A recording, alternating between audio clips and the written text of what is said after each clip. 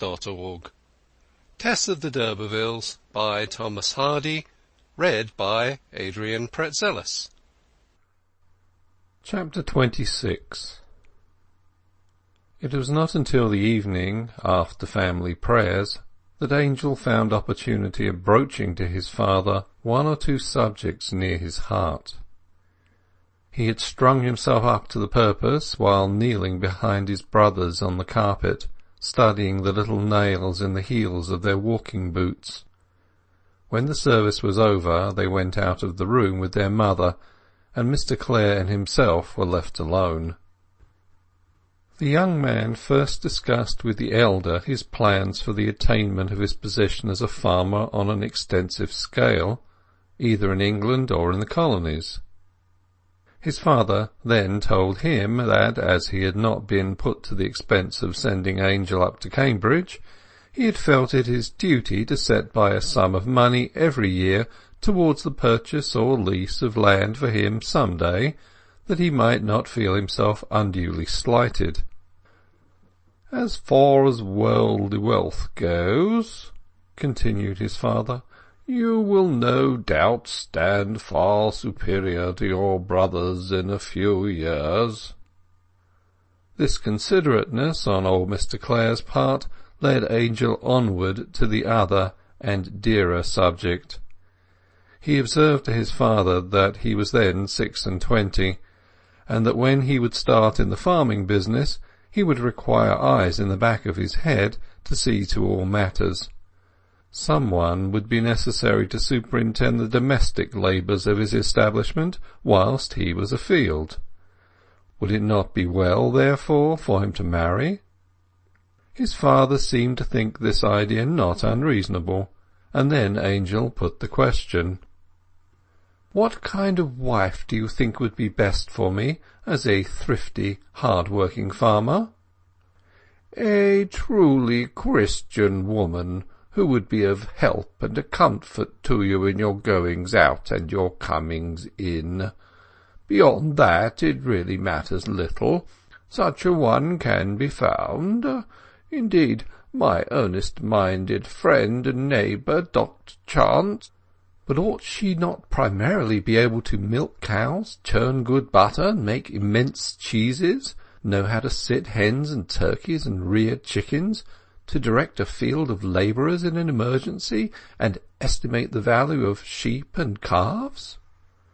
"Yes, a farmer's wife, yes, certainly, it would be desirable." Mr. Clare the elder had plainly never thought of these points before. "I was going to add," he said, "that for a pure and saintly woman you will not find one more to your true advantage, and certainly not more to your mother's mind and my own, than your friend Mercy, whom you used to show a certain interest in.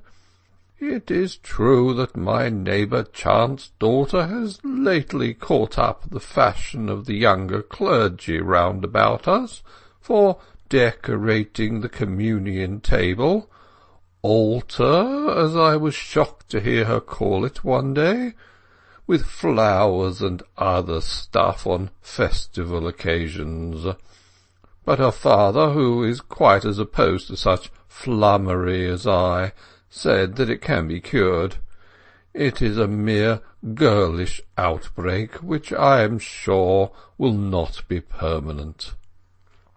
Yes, Mercy is good and devout, I know, but, father, don't you think that a young woman equally pure and virtuous as Miss Chant, but one who, in place of that lady's ecclesiastical accomplishments, understands the duties of farm life as well as a farmer himself, would suit me infinitely better?" His father persisted in his conviction that a knowledge of a farmer's wife's duties came second to a Pauline view of humanity, and the impulsive Angel, wishing to honour his father's feelings and to advance the cause of his heart at the same time, grew specious. He said that fate or Providence had thrown in his way a woman who possessed every qualification to be the helpmate of an agriculturalist, and was decidedly of a serious turn of mind. He would not say whether or not she had attached herself to the sound Low Church school of his father, but she would probably be open to conviction on that point. She was a regular church-goer of simple faith, honest-hearted, receptive, intelligent, graceful to a degree, chaste as a vestal, and in personal appearance exceptionally beautiful. "Is she of a family such that you would care to marry into, a lady, in short?" asked his startled mother, who had come softly into the study during the conversation. "She is not what in common parlance is called a lady," said Angel unflinchingly, "for she is a cottager's daughter, as I am proud to say. But she is a lady nevertheless, in feeling and nature." "Mercy Chant is of a very good family." "Pooh! What's the advantage of that, mother?" said Angel quickly. "How is family to avail the wife of a man who has to rough it as I have, and shall have to do?" "Mercy is accomplished, and accomplishments have their charm," returned his mother, looking at him through her silver spectacles. "As to external accomplishments, what will be the use in them in the life I am going to lead? While as to her reading, I can take that in hand. She'll be apt pupil enough, as you would say if you knew her. She's brimful of poetry, actualized poetry, if I may use the expression.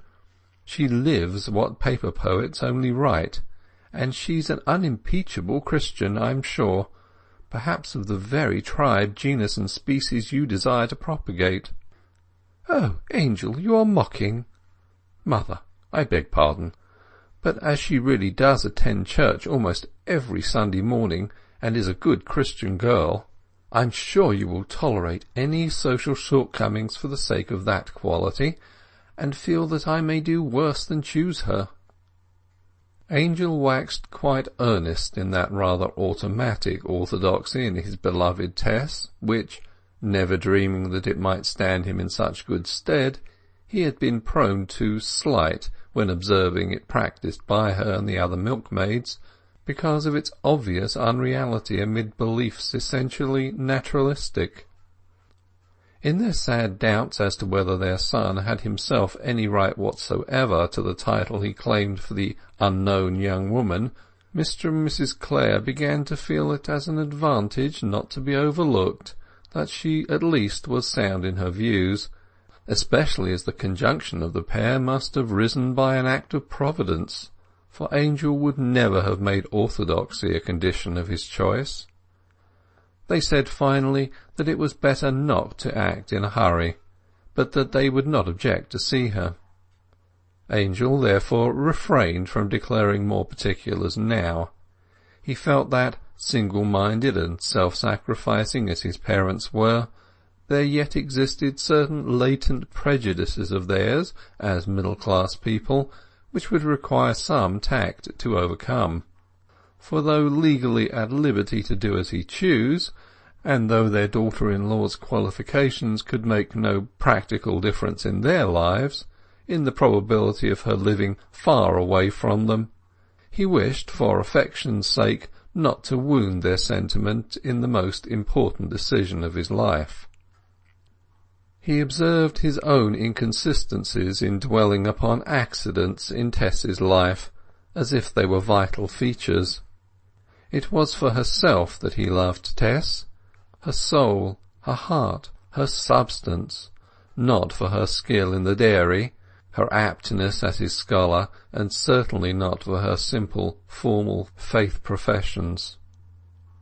Her unsophisticated, open-air existence required no varnish of conventionality to make it palatable to him.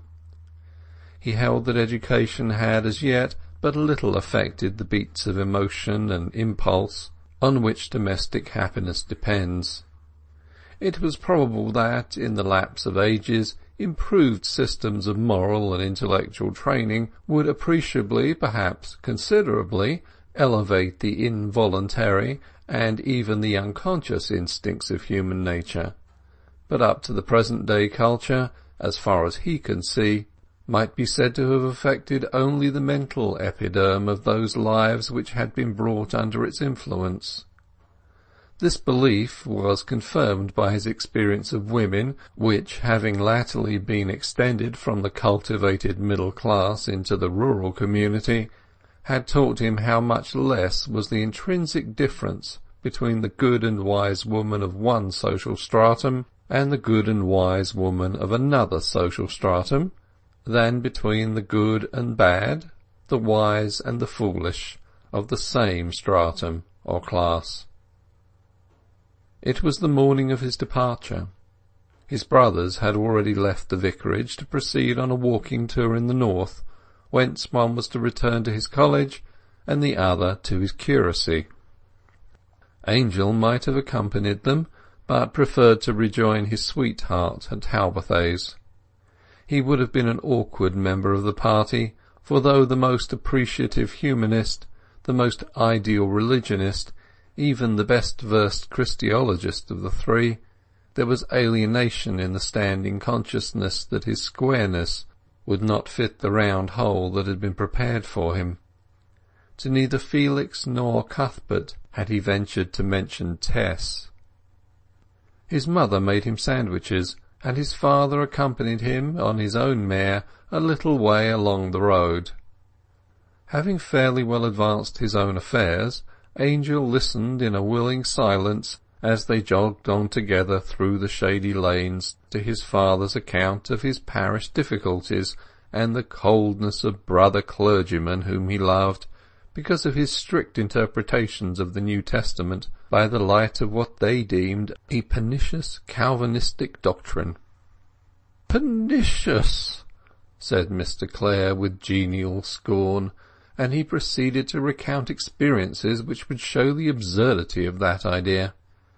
He told of wondrous conversions of evil livers, of which he had been the instrument, not only amongst the poor, but amongst the rich and well-to-do, and he also candidly admitted many failures.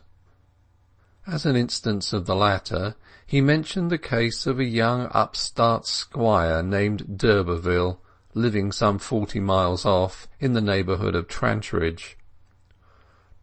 "Not one of the ancient d'Urbervilles of Kingsbere and other places?"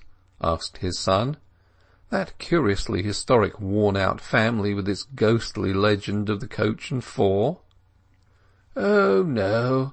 The original d'Urbervilles decayed and disappeared 60 or 80 years ago, at least, I believe so.